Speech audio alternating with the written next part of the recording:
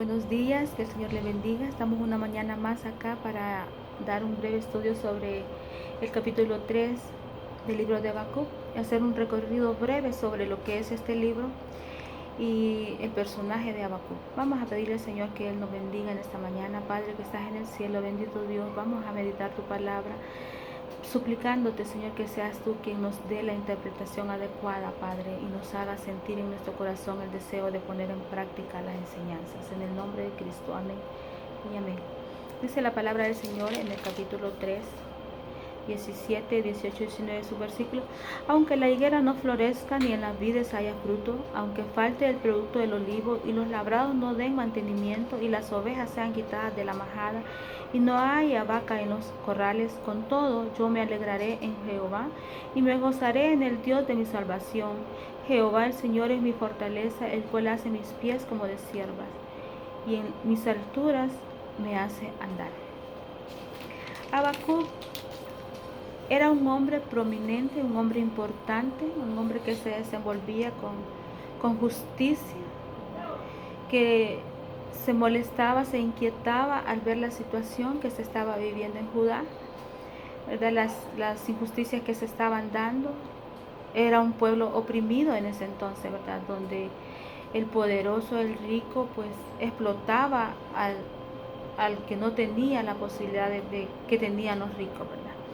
Entonces viene Habacuc ante esta situación,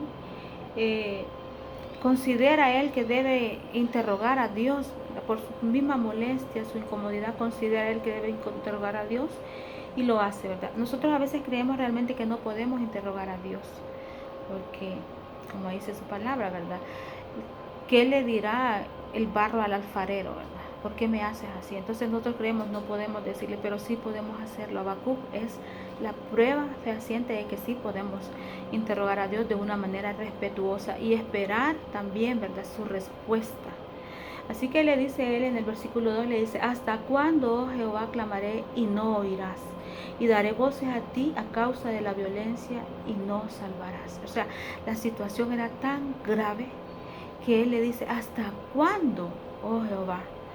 Ya había él estado orando, había estado clamando, ¿verdad? Había estado, o sea, no era la primera vez que él interpelaba al Señor. Y le dice: ¿hasta cuándo? Estaba cansado ya. ¿Hasta cuándo, Señor? Clamaré y no oirás. Ciertas oraciones que nosotros hacemos, ¿verdad? Peticiones, y que no llega la respuesta, también creemos que el Señor no nos escucha, ¿verdad? Que el Señor pasa por alto nuestras oraciones, ¿verdad? Y la angustia que a veces sentimos. Y este era el caso, ¿verdad?, de Habacuc, de decirle: y no oirás, y daré voces a ti a causa de la violencia y no salvarás, y daré voces a ti. O sea, era angustiante la situación de Habacuc. Era una situación en la que él deseaba cambiarlo todo, que hubiera justicia, que hubiera paz, que no se transgredieran los derechos de las personas. Pero le dice: a causa de la violencia, daré voces a ti. O sea, estoy clamándote, estoy pidiéndote. Y hoy te estoy pidiendo una explicación. ¿Hasta cuándo? Le dice: ¿hasta cuándo? Y no salvarás, le dice. Llegar a un estado donde nosotros tengamos que interrogar a Dios, ¿verdad?, es bastante serio, bastante difícil. A ese estado llegan las personas cuando están viviendo una situación bastante incomprensible, ¿verdad? Hay dolor, hay enfermedad, hay injusticia. Y en la sociedad es donde más se ven estas cosas, ¿verdad? En la sociedad en la que vivimos. Nuestro país no está lejos de vivir esta realidad que vivía Habacuc. Nosotros estamos viviendo una situación también bastante precaria, ¿verdad?, en cuanto a la injusticia social. No hay trabajo, los jóvenes no pueden, después de que salen de realizar sus estudios, obtener su primer trabajo sin poca dificultad, porque hay muchas dificultades, hay muchas puertas que no se pueden abrir, ¿verdad? Los jóvenes salen a temprana edad y cuando quieren obtener un trabajo les piden años de experiencia y ese ya es un obstáculo que no debería de existir, ¿verdad? A las personas mayores de edad tampoco se les da trabajo porque ya creen que no somos tan ágiles como la juventud, que no tenemos la práctica que teníamos en la juventud.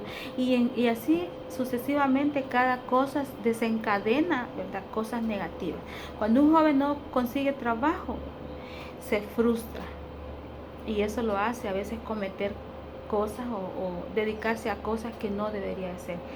Y eso se desencadena en delincuencia.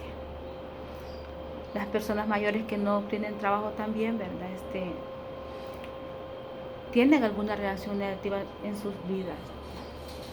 Y todo lo que nos pasa no está lejos de verse la vida que estaba viviendo Habacuc. Le dice en el 3, ¿por qué me hace ver iniquidad? ¿Por qué me hace ver iniquidad? ¿Por qué nos permite Dios ver todo lo que nos acontece? ¿Por qué, verdad? No sé si alguna vez hemos tenido la oportunidad de llegar ante Dios y decirle, Señor, ¿por qué? ¿Por qué me haces vivir este paso de la historia? ¿Por qué estoy viviendo yo estos hechos? ¿Por qué? Y creemos que Dios está guardando silencio, ¿verdad?, y que no interviene. No sentimos su mano de poder sobre las situaciones que estamos viendo, que estamos viviendo. Le dice, ¿por qué me haces ver iniquidad y haces que vea molestia, destrucción y violencia están delante de mí y pleito y contienda se levantan? Había mucha injusticia. ¿Por qué, Señor? Le dice. Él empieza y le dice, ¿hasta cuándo, oh Jehová? Y después le dice, ¿por qué me haces ver iniquidad? Era la oración de Habacuc interrogatorio, una necesidad que él quería satisfacer con respuestas favorables, con respuestas que Habacuc sintiera que eran las correctas, porque estaba pues sintiendo que Dios no lo escuchaba y que dejaba pasar todo lo que estaba sucediendo. Y esa era la oración de Habacuc. Respóndeme, dame una explicación.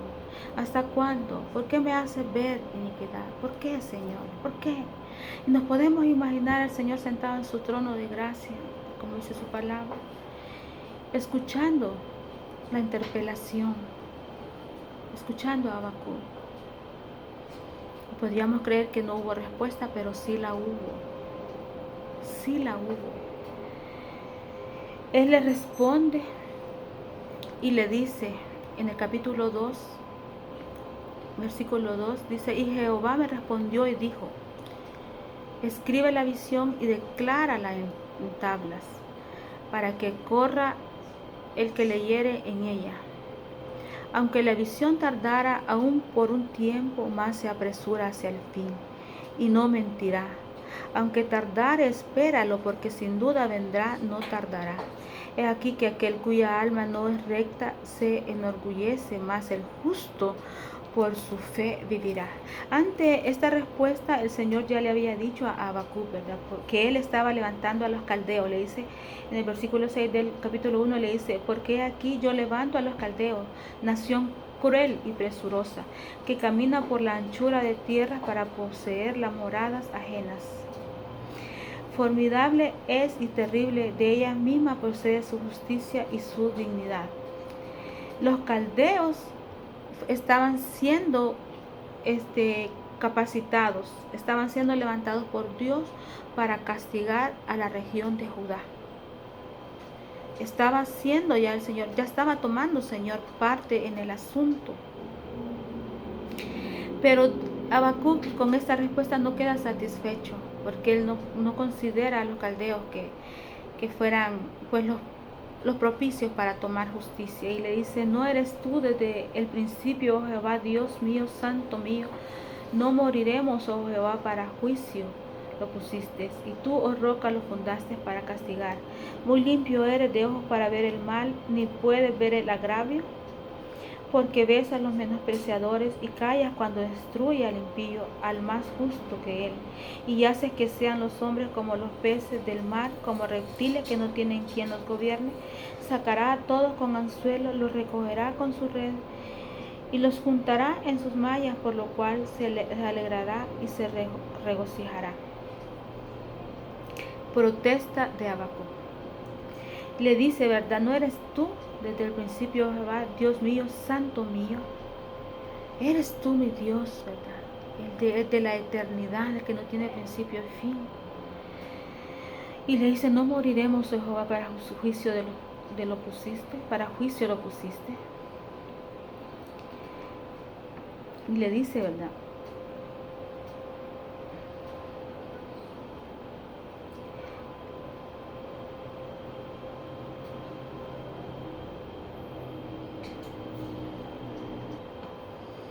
Seguimos con la respuesta del Señor, ¿verdad? Donde le dice, escribe la visión y declárala en tablas, para que corra el que la leyere en ella. Y aunque la visión tardara aún por un tiempo, más se apresura hacia el fin, y no mentirá. Aunque tardare, espéralo, porque sin duda vendrá, no tardará. Todo lo que Dios nos promete en su palabra, todo se cumple. Porque aunque la visión tardare, ciertamente se cumplirá, dice su palabra. O sea, tenemos que creer su palabra, tenemos que creer sus promesas, tenemos que creerlas como Dios las manda. Y si se tarda, Dios sabe por qué se tarda. Y si Él responde de momento, ¿verdad? Si Él es práctico para responder, también Él sabe por qué lo hace. Pero le dice, escribe la visión y declárala en tablas, para que corra el que leyere en ella. Aunque la visión tardara aún por un tiempo, más se apresura hacia el fin, y no mentirá. Aunque tardare, espéralo, porque sin duda vendrá, no tardará. Lo establecido por Dios siempre se cumple. Sus promesas en nuestra vida siempre se cumplen. Cuando Dios dice que sus pensamientos no son como nuestros pensamientos y sus caminos no son como los nuestros, que Él tiene pensamientos de bien para con nosotros, ¿verdad?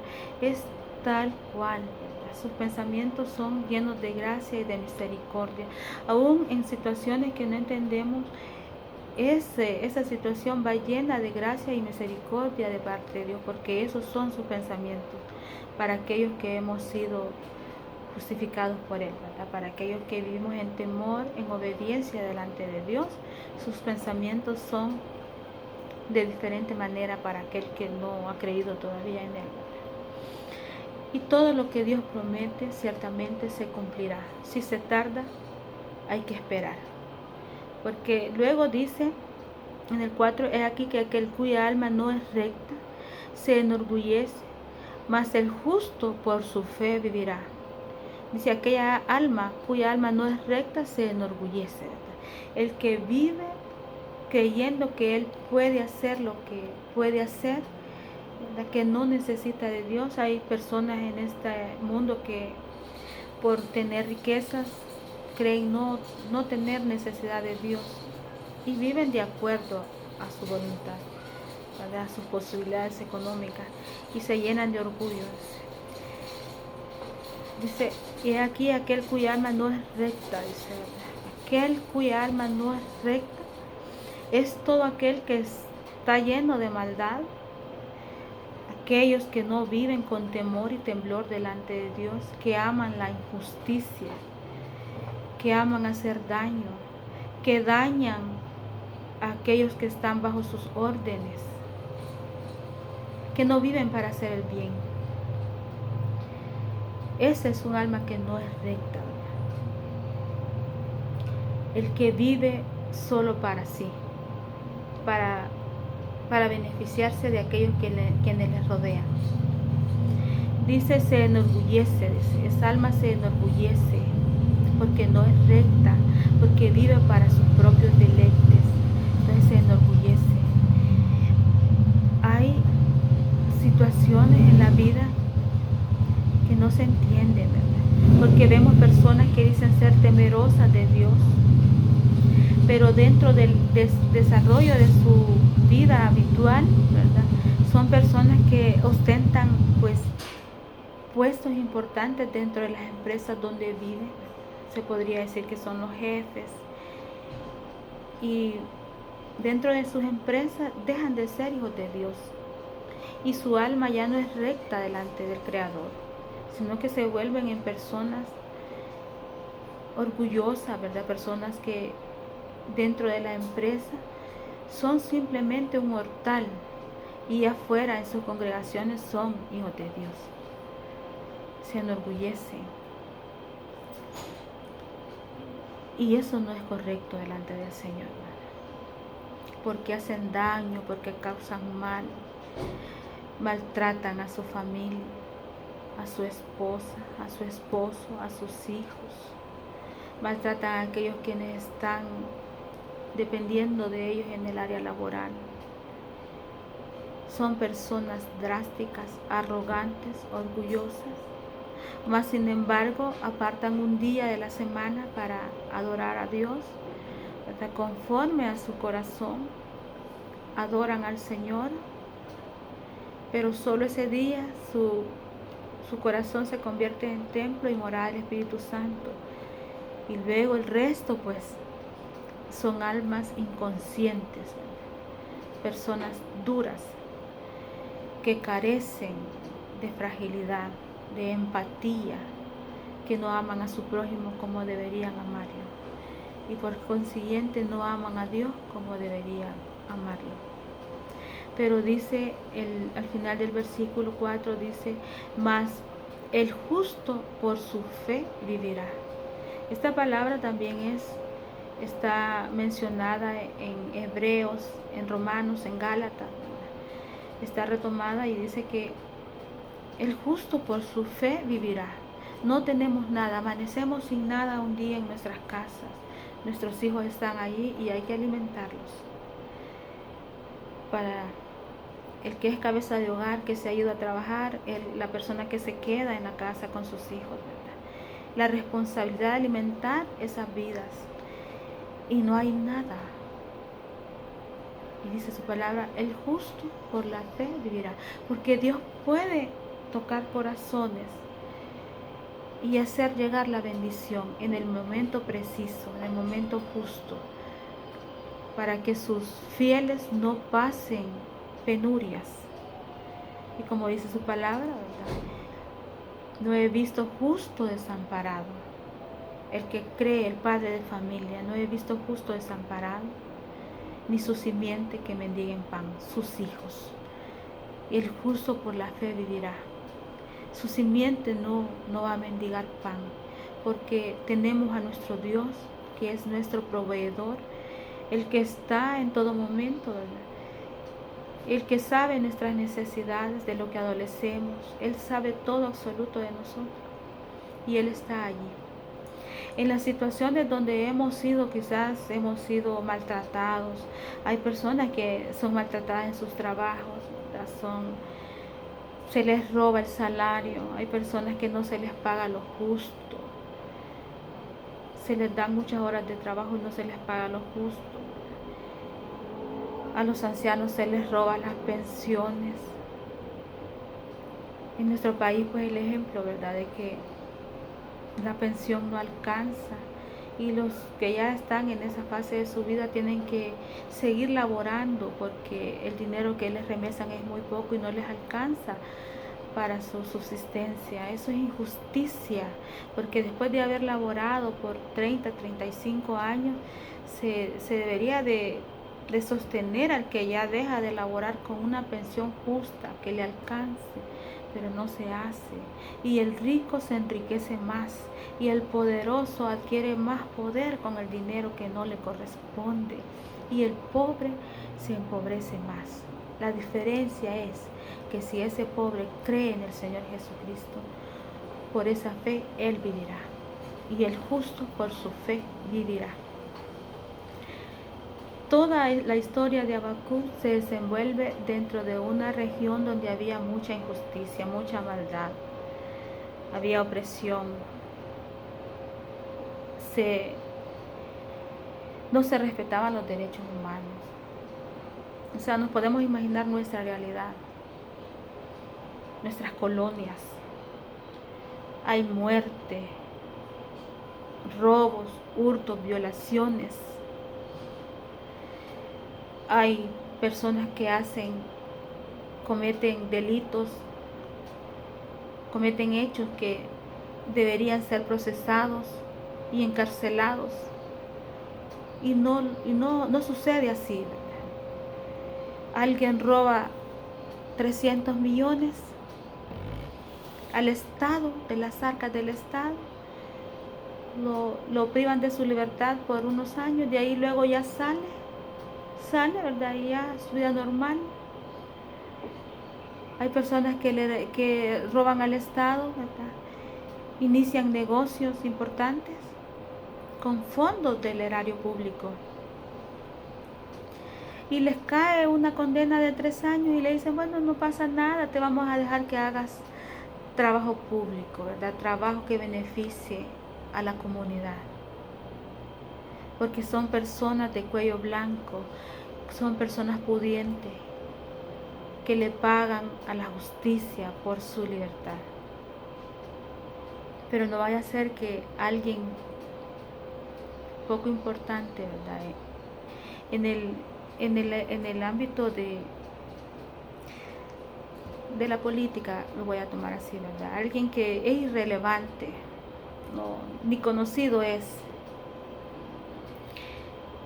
se roba, por decir algo, una gallina, se subió a un bus, sacó una cartera de una persona que iba a su lado, lo denuncian y le cae todo el peso de la ley, 10, 15, 20 años de su vida. Personas que han pagado condenas largas porque han sido acusados de hechos que no cometieron. Hombres que están pagando condenas porque fueron acusados de tocamientos, de violaciones sexuales. Durante todo el proceso se esclareció que no fueron, pero al final fueron condenados a pagar una pena. Y la gente pudiente hace cosas, acosa a las mujeres a los hombres, se dan las violaciones sexuales de una manera clara, todo el mundo se da cuenta que ha habido violación. Y ahí andan afuera, ¿verdad? Eso es injusticia. Eso es vender el derecho y no actuar conforme a la ley. Todo eso lo castiga Dios. Por eso la gente dice, ¿verdad? De la justicia terrenal se puede librar, pero no de la justicia de Dios. Todo se paga, y se paga aquí en esta tierra. Dios nos perdona nuestros pecados y las consecuencias eternas. Si una niña salió embarazada sin casarse y llega ante el Señor y le dice, Señor, perdóname porque caí en el pecado de la fornicación. Claro, el Señor le perdona, su niño nace, crece, pero la consecuencia de ese embarazo, ella lo va a vivir acá en la tierra. El hecho de que su hijo no tenga un papá responsable, que no se desarrolle dentro de una familia, que no viva dentro de un hogar cristiano temeroso del Señor. Esas son consecuencias que se pagan por las decisiones que se toman. Y así sucede, ¿verdad? En todos los aspectos de la vida del ser humano y en todas las decisiones que se toman, todas las consecuencias se pagan acá, en la tierra. Allá al cielo vamos a ir porque el Señor nos ha perdonado las consecuencias eternas, la condenación. Él nos ha perdonado esas consecuencias, pero las terrenales las pagamos acá. Vamos a seguir con lo que es el libro de Habacuc. Y luego de todo lo que Habacuc le interroga al Señor, el Señor le responde, llega un momento de lucidez donde él comprende que Dios siempre está. Y empieza él a atesorar realmente la grandeza del Señor, ¿verdad? Como lo hizo Job en su estado también, ¿verdad? Que hubo un tiempo en que Job también interpeló al Señor, hubo diálogo como con Habacuc. Pero un tiempo en que Job le dice, yo de oídas te había oído, mas ahora mis ojos te ven. Y le dice también a Habacuc, en los versículos que leímos, él llega en un momento donde él dice, bueno, no importa, si me falta todo, no importa. No importa, dice. Aunque la higuera no florezca, dice, ni en la vides haya fruto, aunque falte el producto del olivo y los labrados no den mantenimiento y las ovejas sean quitadas de la majada y no haya vacas en los corrales, con todo yo me gozaré en Jehová, en el Dios de mi salvación. Jehová, el Señor, es mi fortaleza, el cual hace mis pies como las ciervas y en mis alturas me hace andar. Aunque no haya nada, aunque no tenga yo cómo pasar este día o este mes, en todo yo me gozaré en el Dios de mi salvación. Dice, aunque la higuera no florezca, la higuera se consumía porque eran frutos secos. En tiempo de escasez, pues la gente se alimentaba, ¿verdad? Puras proteínas. Y en las vides no haya fruto, ¿verdad? El vino en ese tiempo era bastante consumido. Se consumía porque el vino tiene propiedades nutricionales, alivia dolores estomacales, es antioxidante, ¿verdad? Entonces era importante para ellos, para Habacuc decirle, Señor, aunque no haya vino, ni en las vides haya fruto, aunque no haya vino, Señor, yo siempre me voy a seguir gozando en ti, porque tú eres el Dios de mi salvación. Pero aún le dice, aunque falte el producto del olivo, le dice. Quizás nosotros en estos días pues no consumamos mucho el olivo, ¿verdad? Pero el aceite de olivo es muy importante, porque es regenerante para nuestro cuerpo, regenera células muertas, es antioxidante y el uso en la alimentación pues debería de ser algo que tendríamos que hacerlo porque es un aceite muy nutricional, no afecta. Y aparte de eso, el aceite de olivo era usado para ungir a los enfermos, el que se ponía en la frente, ¿verdad? Para ungir a los enfermos, porque era considerado un fruto, el resultado de un fruto, y era bien apreciado porque tenía sus beneficios. Entonces le dice, aunque falte el producto del olivo, yo me gozaré en ti. Y los labradores no den mantenimiento, le dice. Los labradores, la tierra, el fruto de la tierra. En nuestros días, pues, qué sé yo, ¿verdad? Las milpas, las frijoleras, tanta cosa que podemos nosotros cultivar. Y si llegara el caso de que no haya, la tierra no esté labrada y no haya mantenimiento y por consiguiente no haya fruto, debemos seguir gozándonos en el Señor porque Él es nuestra salvación.